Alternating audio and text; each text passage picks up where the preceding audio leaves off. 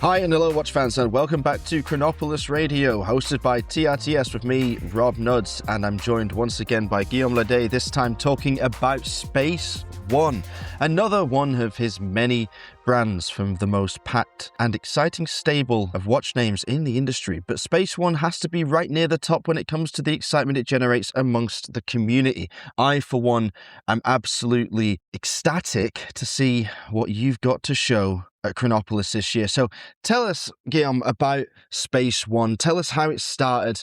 Tell us how it's going. Thanks for the invite. I'm glad to be there again.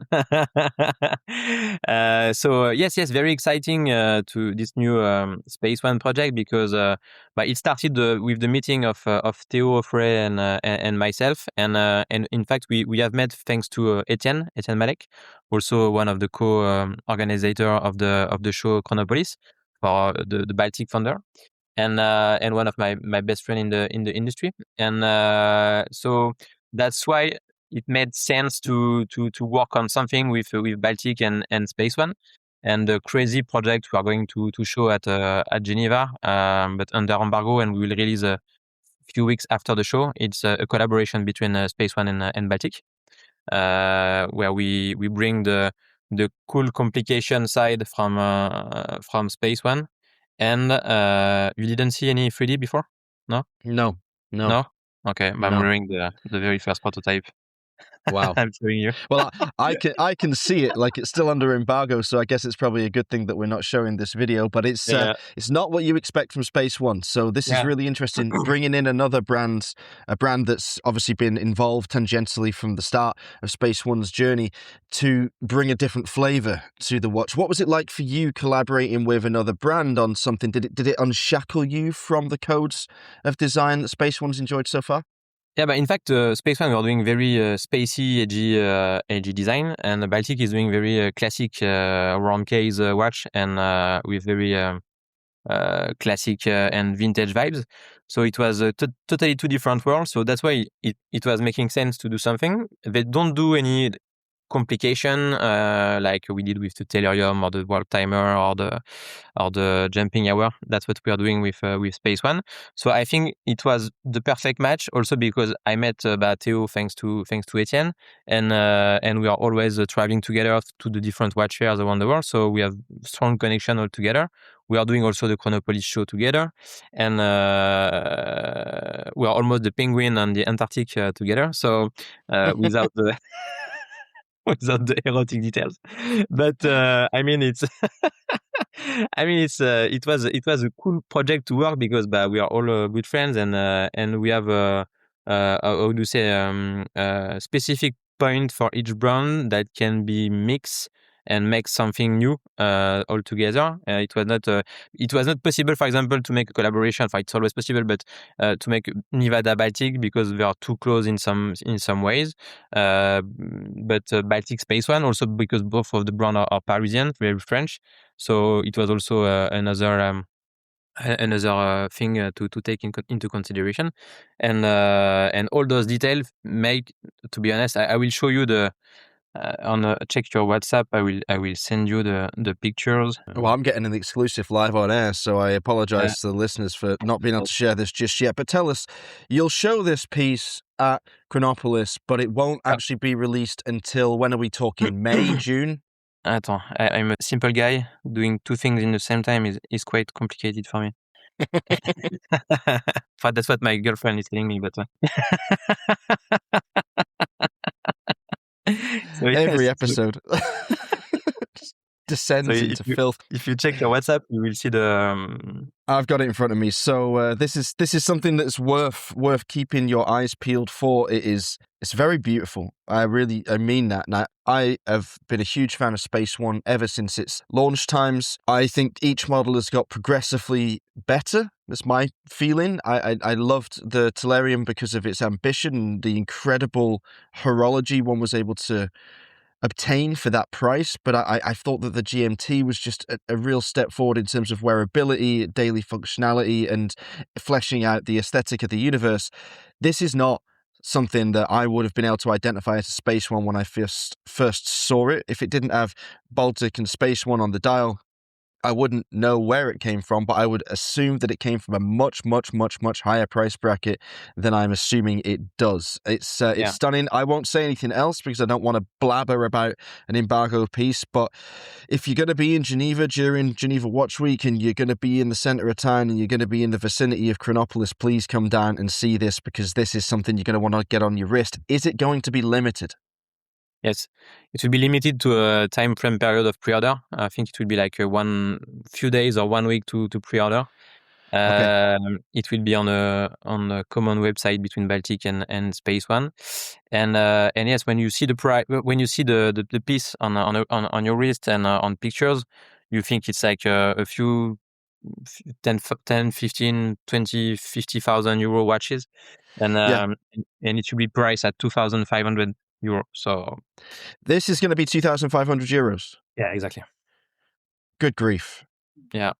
May I ask if that is somewhat of a gift price to people to say thank you for following the brand? Because when Studio Underdog and Fears released their Gimlet together in at British Watchmakers Day 2025, I think it was, they charged obviously an extremely accessible price just to sort of make a lot of buzz around the event and that model in particular, and it was a huge success and has become an incredibly collectible piece. Is the same thinking applied here, or have you just managed to utilize your years of experience and mastery of these complications to bring us a watch at an extremely friendly price and still make a bit of cash yourself? Yeah, but we definitely do less cash for sure because we're also sharing the profit with Baltic and SpaceOne. But as the complication was already developed, because we are reusing one of the complication we have developed on another project, and because also we are managing to develop everything in house, we still manage to do some cash, of course, on this because we need to make the two brands work and pay the salaries at the end of the month. But yes, it's definitely also one of my goal with SpaceOne is always to be affordable. So it was not making sense to make a 10,000 euro pieces, especially also because Baltic is doing affordable pieces too. So we wanted to be definitely below 3,000. So it's 2,500 without taxes. So with taxes in Europe, it will be just below 3,000. And we didn't want to be more expensive than the Tellurium also. Which is our most expensive piece at SpaceOne. But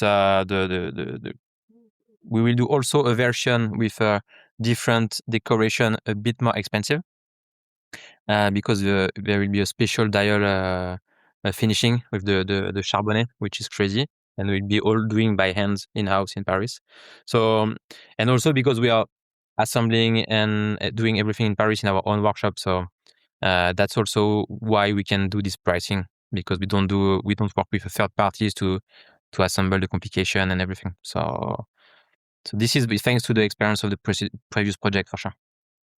In the previous episode, when we talked about Nevada Convention, we were talking about your expanding retail network and obviously the financial balancing act that has to be struck there to make sure that you have the right proportion of sales going direct to consumer and otherwise going to businesses. I assume that this Baltic SpaceOne collaboration will be direct to consumer only. Yeah. But except if some point of sale want to have like a 15 or 10% margin, and even that, not sure we can offer. So it will not, except very few exception maybe, but it's not the plan at first to do that. Mm-hmm. But it will be incredibly difficult to give some margin for this project to third parties. This is a difficult time of year for watch collectors as they await the massive deluge of releases that we can expect to see coming out during Watches and Wonders, Time to Watches, Chronopolis, and all the Beau Rivage brands and whatnot. But I would say to anybody that is a fan of independent watchmaking, that likes creative collaborations and enjoys the odd complication for under 3,000 euros, keep some of your powder dry until this piece hits the market, because it's quite special, and I could see it being a sought after classic in years to come. It's very unexpected, extremely unexpected, but maybe I should expect the unexpected whenever I talk to you, because SpaceOne has made its name on doing just that, blowing people's minds with every release. Will we see a SpaceOne only release this fair, or will there be something coming maybe later in the year for Geneva Watch Days?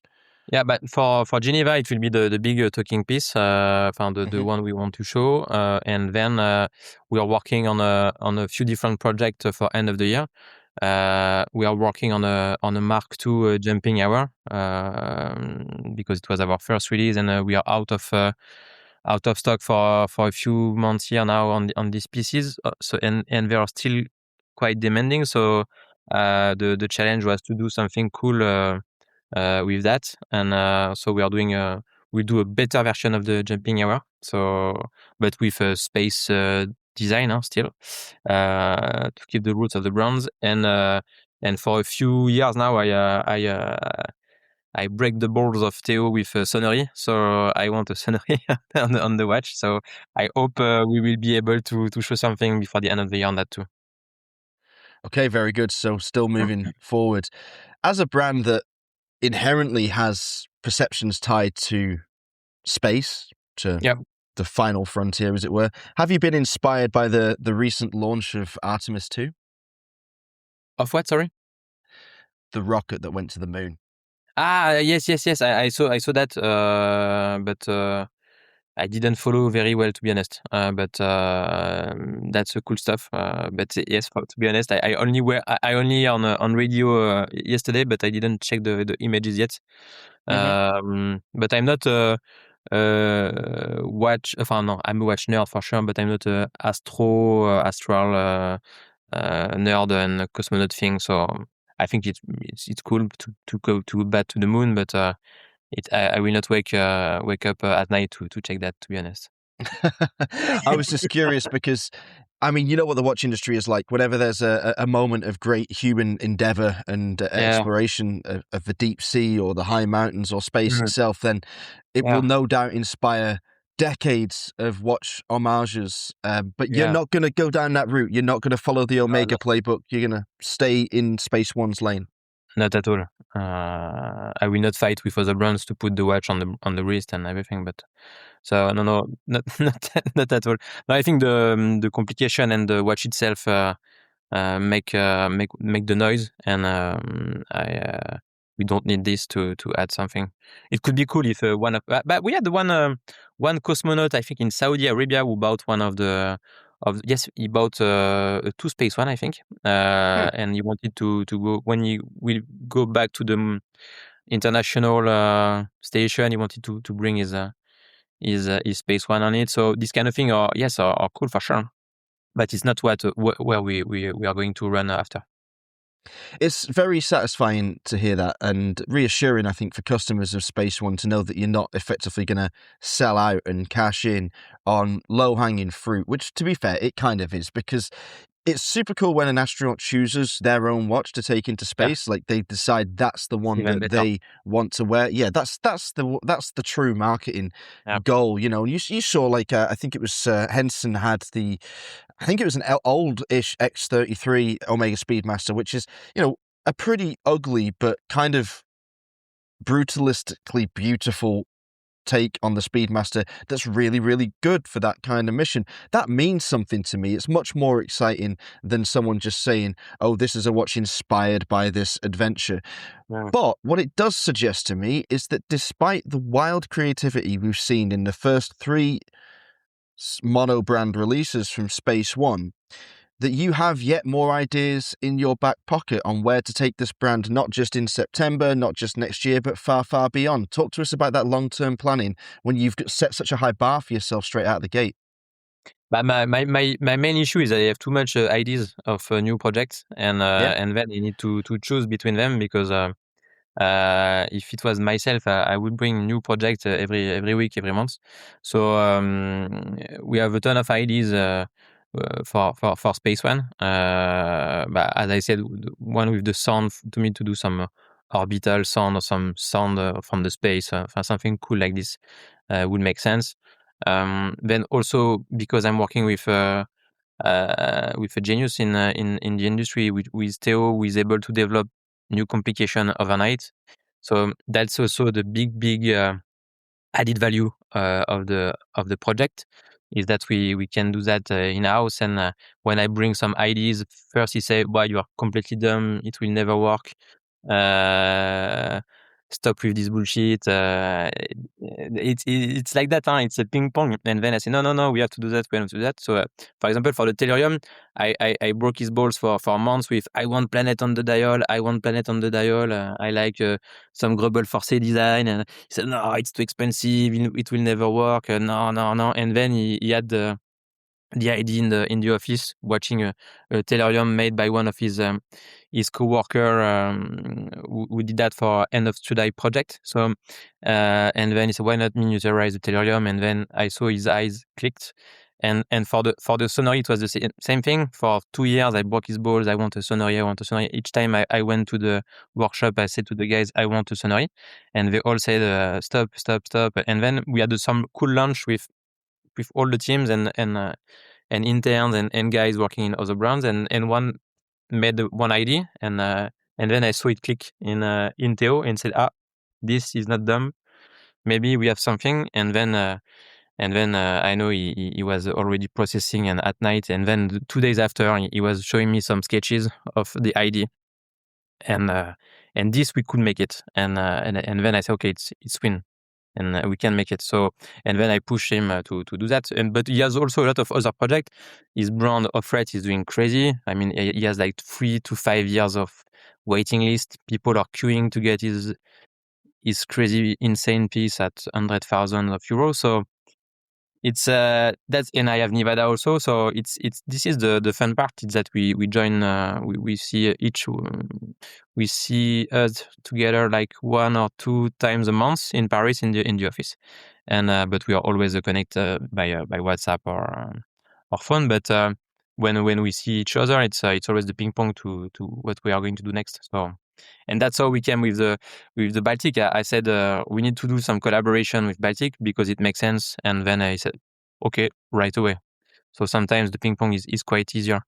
Then we had a cool WhatsApp group between all the guys from Baltic and us, and the designer of Baltic and Theo and Etienne and myself. We are doing the ping pong for the design and everything, but it went very smoothly and naturally. So, and then the piece I have on the wrist right now is insane, to be honest. It's a magnificent partnership and exceedingly rare, I would say, in the industry. The closest corollary I can think of when I hear you describe the design process and the back and forth between you and Theo is probably Martin and Felix from Erwerk, you being vision and him being the executor of those visions. It's something that will no doubt just continue to build your own legacy. Now, I know you're not that egoistic professionally. Obviously, privately you're a nightmare, but I do wonder if you've ever toyed with the idea of putting your name on a dial yourself, because I mean, firstly, your and Theo's surnames sort of rhyme, they sound quite nice together. Ever thought about stepping up to like an extremely high level yourself and bathing in the glory you've established for your name? But in fact, I was going to tell you, no, it's not possible. But my first project in the watchmaking industry, my first Kickstarter, was a brand named William L 1985. I made like 200,000 euro on Kickstarter in a few weeks to start the project. And in fact, William L is Guillaume in English. Guillaume in English is William. L is the first letter of my family name, and 1985 is my birth date. So I already did it, but it was very cheap watch at just like me, at 99 euro, and between 99 to 150. But yeah, we made quite a significant amount of watches in the end with this brand. And it was my MBA in the watch industry after my years at Jaeger and Zenith. And so I did it already, but I will not do a beaver style watch, very, very expensive with my name on it. No, it's not my DNA. Not yet. Maybe I will tell you. No, I will not do that. I think with SpaceOne and Nevada and also Vulcan, they have strong name, and I'm not that egoistic guy to do that. Interesting. I still think that it's something that your following might enjoy in 20 or 30 years' time when we're old men hunched over pints in the Grand Duke talking about a lovely career in watchmaking. I don't know. Don't rule it out entirely. I remember William L. We've talked about it in the past. I never had the pleasure of owning one of those pieces. But I think, to be honest, what I'm mostly focused on now from your current output is either some of the incredible work you're doing with Nevada. I particularly like the recent Hardstone dial you did. Was it Chronolite? What was the name of that material? Coralite? Chrysocol? Yeah, that's the one. That's the one. The one we did with our German retailers, Chronofactum. Yeah, exactly. That was gorgeous, and I'm a huge fan of SpaceOne. SpaceOne for me has always been the thing of yours, one of your many projects that just took me by surprise. It really did take my breath away. Every subsequent release has excited me. And I really, really advocate anybody that's in Geneva this week, listen to Chronopolis Radio, to get down to the Chronopolis event space and check out SpaceOne in person. You will be surprised at the wearability of all of those watches. If you've only seen them online, you have to hold them in hand. Yep. They are extremely ergonomic. They're very forgiving on the wrist, and they do look like nothing else, which is something a lot of people say, but very few can truly mean. Guillaume, thank you again for your time. Thank you for being an absolute dynamo in the industry and always bringing us stuff to get excited about and smile about and chat about. And you are an absolute gift to watchmaking and a great person to be around. So thanks again. I'll see you later on in Chronopolis for the happy hour. Of course. Always happy hour, and happy to end the party with you.